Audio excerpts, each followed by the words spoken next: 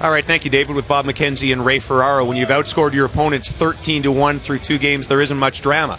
I guess the only big question and the issue going into not necessarily the Denmark game, but more the American game New Year's Eve, who will be the starting goaltender? What does Don Hay do now?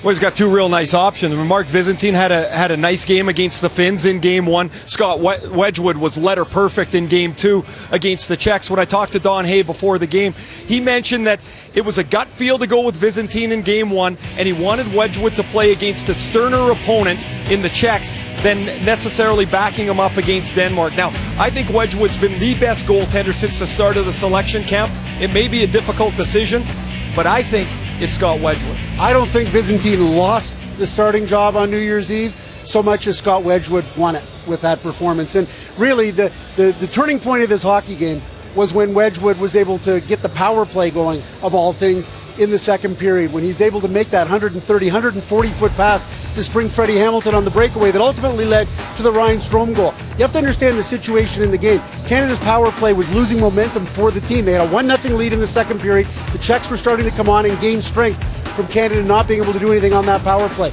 Wedgwood broke that game open with that long pass and the subsequent power play goal by Strome, and then shortly after that, Connolly scores, and that was it. To me, it's an elementary decision. Visentin hasn't done anything wrong, but Wedgwood really picked the team up with his play. I've really liked the way Wedgwood presents himself in the goal crease. He seems like a real sturdy goaltender. Nothing seems to fluster him. He's got composure, and Bob mentions his ability to move the puck from the defensive zone, help his defenseman out.